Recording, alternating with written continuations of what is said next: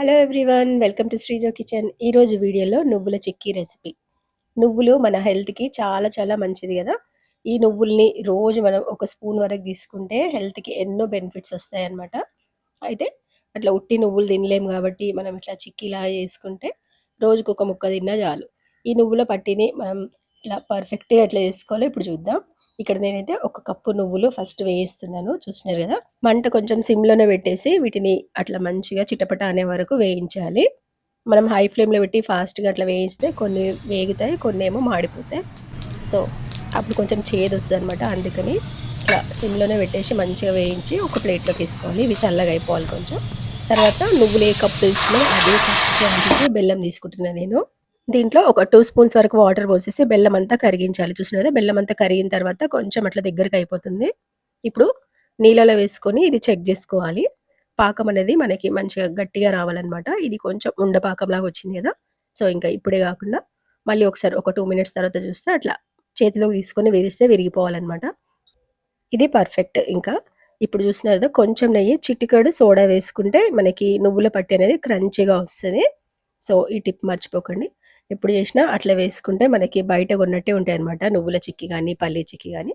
So ఇప్పుడు మనం నువ్వులు యాడ్ చేసేసుకోవాలి, ఇంకా స్టవ్ ఆఫ్ చేసేయాలి. దీన్నంతా ఇట్లా దగ్గరికి బాగా కలిపేసుకోవాలి. వేడిగా ఉంటుంది కదా. సో అట్లా మనం ఫస్ట్ కలిపేసుకున్న తర్వాత ఒక కవర్కి కొంచెం నెయ్యి అప్లై చేసేసుకొని దీన్నంతా దానిపైన వేసేసుకొని స్ప్రెడ్ చేసేసేయాలన్నమాట. చూసినారు కదా, చేయబడితే కొంచెం కాలిపోతుంది. అందుకని మనకు స్పాచులతో కానీ ఏదైనా బౌల్కి కింద నెయ్యి అప్లై చేసి దాంతో కూడా ఇట్లా సమానంగా మనం స్ప్రెడ్ చేసేయచ్చు. చూసినారు కదా, ఇక్కడ కవర్ కాబట్టి ఇంకా చాలా ఈజీగా అయిపోతుంది అనమాట. అవన్నీ అవసరం లేదు. జస్ట్ దీనిపైన ఇట్లా పెట్టేసి మనం చపాతీ రోల్ చేసినట్టు ఆ కవర్ పైన అట్లా చేసేయాలి. ఇది సన్నగా, ఎంత సన్నగా కావాలంటే అంత సన్నగా చేసుకోవచ్చు మనం ఈ నువ్వుల పట్టిని. కొంచెం లావు కావాలనుకున్నప్పుడు కొంచెం నార్మల్గా స్ప్రెడ్ చేస్తే సరిపోతుంది, అట్లా రోల్ చేస్తే.